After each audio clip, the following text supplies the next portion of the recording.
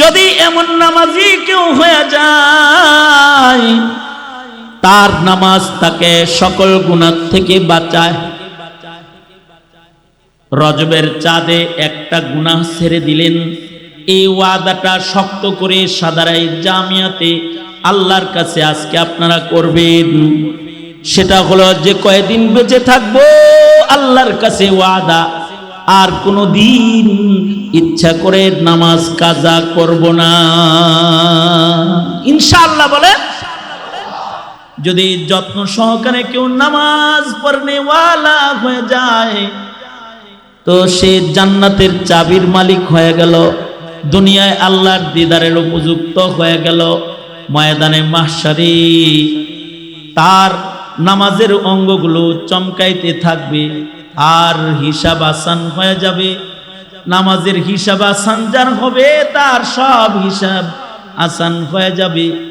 যদি মসজিদে যা জামাতে নামাজ পড়া থাকে, নামাজের পেরেশানিতে তার দিল যদি মসজিদে জ্বলন্ত থাকে, ময়দানে মাহশারে আল্লাহ তাআলা আরশের নিচে তাকে জায়গা দিবে।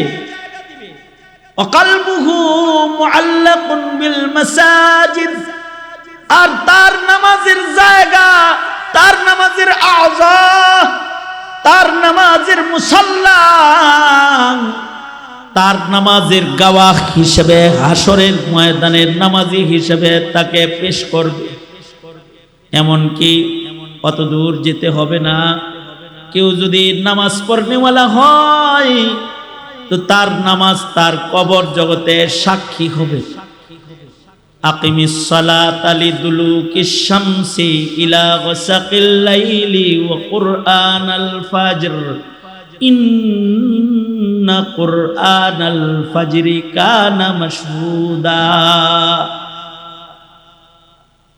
ফজরের কুরআন সাক্ষী হবে, ফজরের নামাজ সাক্ষী হবে, সকল নামাজ সাক্ষী হবে। আকিমিস সালাতা লিদুলুকিশ শামসি ইলা গাসাকিল লাইলি ওয়া কুরআনাল ফাজর ইন্না কুরআনাল ফাজরি কানা মাশহুদা। ফজরে যারা যত্ন সহকারে হাজিরা দেয়, তাদের ব্যাপারে আবু দাউদ শরীফের একটা riwayat আছে, যারা ফজরের নামাজ মসজিদে যায় জামাতে পড়বে, তাদের লাশটা কবরে যাওয়ার আগে তাদের ফজর কবরে চলে যাবে। আর তার আপনজনরা যখন তাকে কবরে শোয়া দিবে, ফজরের নামাজ তখন আনেওয়ালা মুনকার নাকির কেউ বলতে থাকবে, কি প্রশ্ন করতে আইছো, বাধা দিও না, কেবল আরামে ঘুমাইছে। সারা জিন্দেগি ঘুমের কোরবানি দিয়ে আমি ফজরের হিফাজত করেছি, কেবলমাত্র একটু শান্তিতে ঘুমটা দিল, এখন বুঝি তাকে ডাইকা এই প্রশ্ন পর্ব করার সময়, ওরে একটু আরামে ঘুমাইতে দাও, ওর প্রশ্নের উত্তর আমি দিয়ে দিব, যাও চলে যাও, তার ঘুম ভাঙ্গাইতে দিব না। তো ফেরেশতারা বলতে থাকে, ঠিক আছে প্রশ্ন করলাম না, ও ঘুমাক, বাসরের ঘুম ঘুমাইতে থাকো, কারণ আল্লাহর গোলামি করেছো, সাক্ষী পাওয়া গেছে। আবার ঘুম ভাঙবে তোমার ইসরাফিলের বাঁশির মাধ্যমে। তার মানে শুধু ফজরের নামাজ ঘুম বাদ দিয়া এই যে বান্দা পড়লো, এর ওসিলায় তার কবরের সওয়াল জবাব সহ আল্লাহ তাআলা মাফ করে দিবে। সন্তানের চোখের পানি, তার চেহারার লজ্জা, তার অনুশোচনা যদি মায়ের রাগকে কন্ট্রোল করে, ভালোবাসার দ্বারায় যদি রাগ পরিবর্তন হয়ে যায়, আল্লাহ পাক আরশে আজিমে লিখে রেখেছেন, সাবাকাত রহমতি আলা গজবি। আল্লাহ পাকের রহমত, দয়া, মায়া, এটা আল্লাহর রাগ গুসার উপরে বিজয়। তবে ওই বান্দার জন্য খোদার রহম, খোদার দয়া, করুণা বর্ষিত হয় যে আল্লাহকে ভয় পায়, আল্লাহর ভয়ে যদি কোনো বান্দার চোখে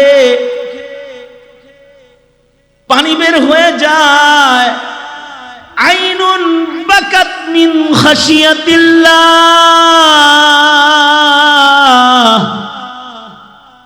যদি বান্দার চোখের পানি দিয়া ভিজা যায়, ফাফাজাত আইনাহু, অথবা যদি শর্মিন্দা হয়ে জবানে উচ্চারিত হয়ে যায় আস্তাগফিরুল্লাহ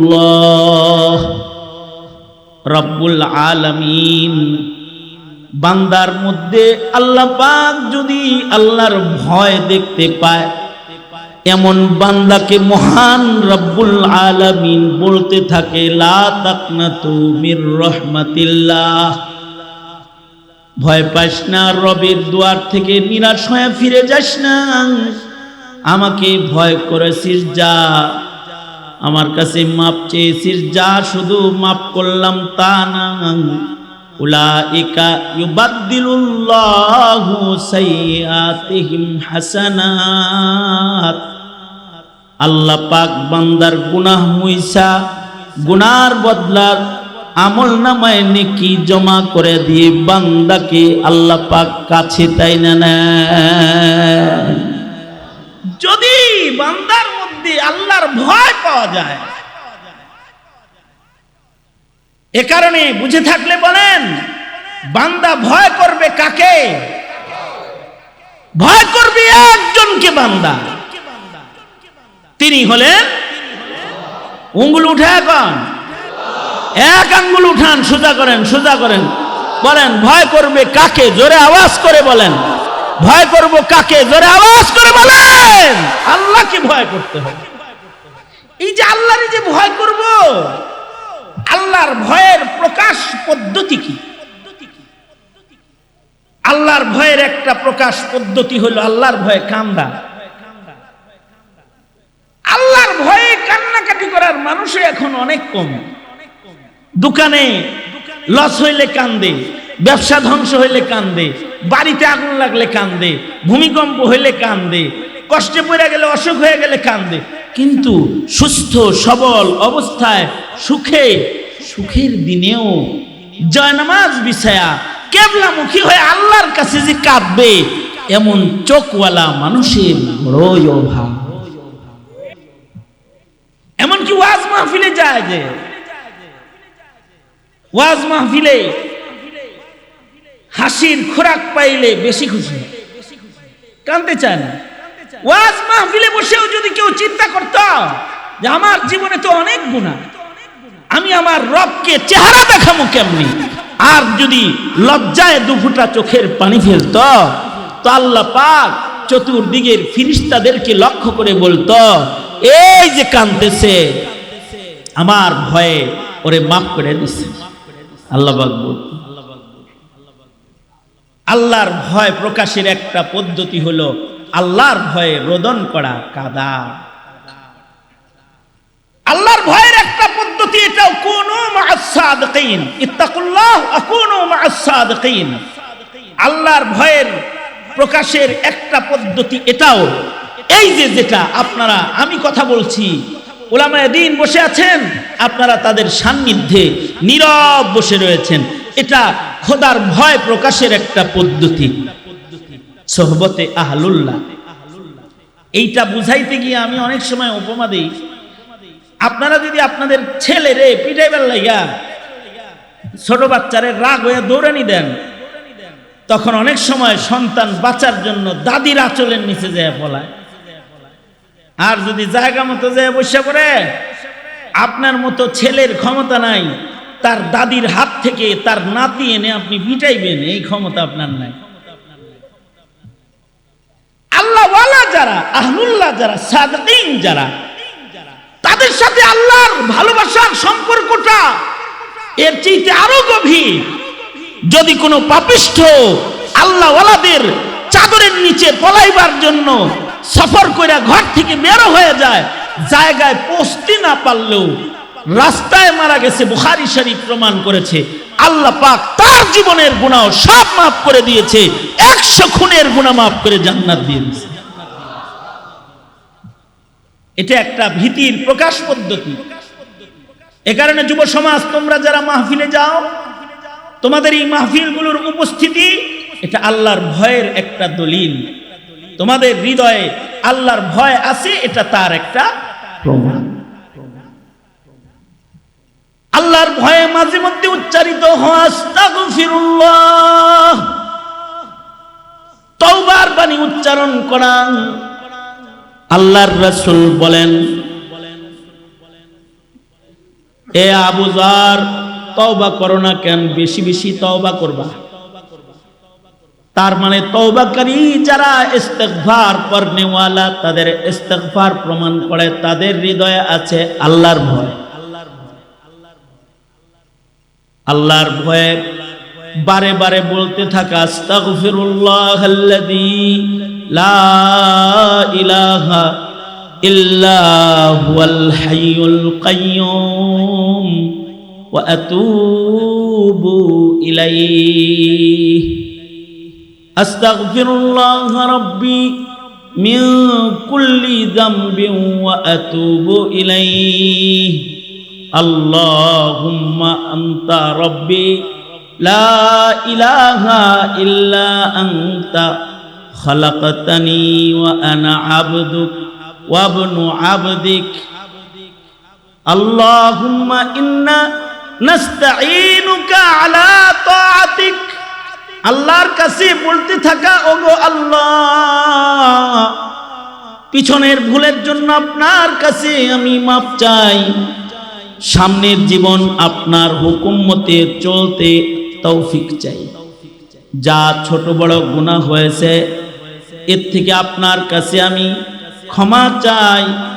যদি কেউ ইস্তিগফার উচ্চারণ করে, তো ইস্তিগফার উচ্চারণকারী বান্দার পেছনের জিন্দেগির সব গুনাহগুলো মহান রব্বুল আলামিন মুহূর্তের মধ্যে ক্ষমা করে দেন। এ কারণে ইত্তাকুল্লাহ, ইত্তাকুল্লাহ। আর আল্লাহর ভয় প্রকাশের সর্বনিম্ন একটা পদ্ধতি হলো গুনাহ না করা। গুনাহ না করা এটা আল্লাহর ভয়ের প্রকাশ পদ্ধতি। গুনাহ করব না, এটা আল্লাহর ভয় আছে, এটার প্রকাশ পদ্ধতি। গুনাহ ছেড়ে দিলাম। কেউ গুনাহ করলো না, এটা প্রমাণ যে তার হৃদয়ে আল্লাহর ভয় আছে। গুনাহের ভেতরে সবচেয়ে বড় গুনাহ হইল আল্লাহর সাথে কাউকে শরীক করা। এরপরে সবচেয়ে বড় গুনাহ হইল ইচ্ছাকৃত নামাজ তরক করা, ফরজ হুকুম তরক করা। ঈমানের উপরে আক্রমণ, ইবাদতের উপরে আক্রমণ। কেউ যদি নামাজ না পড়ে তাহলে এটা কুফর সমতুল্য গুনাহ। মান তারাকা সালাতান মুতাআম্মিদান ফাকাদ কাফারা। অনেকেই আছে বয়ান শুনে, হুজুরদের সোহবতেও যায়, মিছিল করে, তাকবীর দেয়, নামাজ না পড়া জঘন্য গুনাহ। কেউ যদি ইচ্ছাকৃত নামাজ না পড়ে তাহলে এটা কুফর সমতুল্য গুনাহ। কারণ ইবাদতের ভেতরে ঈমানের পরে সবচেয়ে গুরুত্বপূর্ণ আমলের নাম, ইবাদতের নাম হলো নামাজ, যেটা এই রজবে মিরাজের রজনীতে আল্লাহর রাসূল আমাদের জন্য তোহফা হিসেবে নিয়ে আসছেন। আজব বিষয় হলো, কেউ যদি নামাজ পড়নেওয়ালা হয়ে যায় তাইলে তাকে এই পরিমাণ ক্ষুধা ভীতি আল্লাহ দান করে যে তার নামাজ তাকে সকল প্রকারের গুনাহ থেকে বাঁচায় রাখে। ইন্নাস সালাতা তানহা আনিল ফাহশাই ওয়াল মুনকার। তার নামাজ তাকে সব গুনাহ থেকে বাঁচায় রাখবে, এই গ্যারান্টার স্বয়ং আল্লাহ। এই বিষয়ের এই গ্যারান্টিটা কে দিয়েছে? জোরে আওয়াজ করে বলেন, কে দিয়েছে? জোরে বলেন। তার মানে আমি শুধু একটা গুনাহ থেকে বেঁচে থাকবো, নামাজ কাজার গুনাহ, আর নামাজ আমাকে সব গুনাহ থেকে বাঁচায় রাখবে। সগীরা কবিরা জাহিরি বাতিনি ফাহেশা মুনকার সকল গুনাহ থেকে বান্দাকে বাঁচায় রাখবে নামাজ। শর্ত হলো নামাজটা নামাজ হইতে হইব,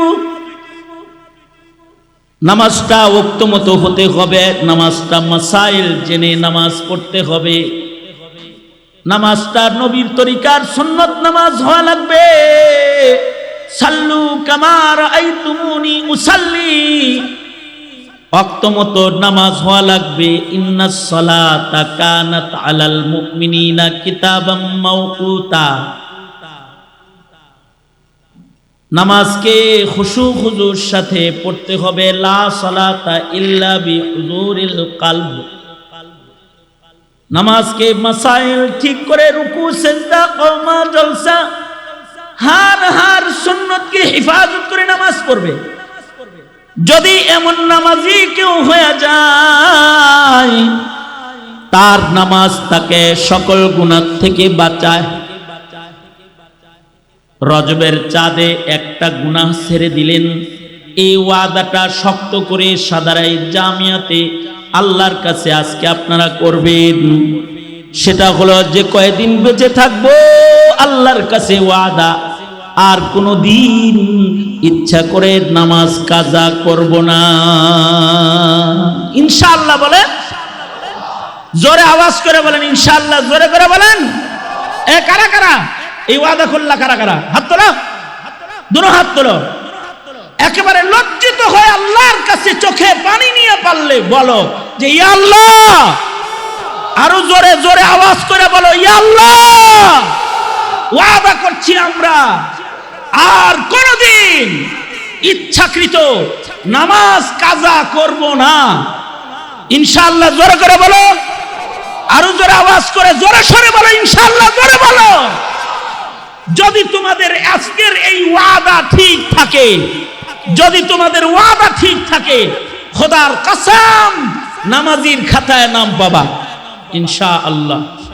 একটি ওয়াদার বড় মূল্য।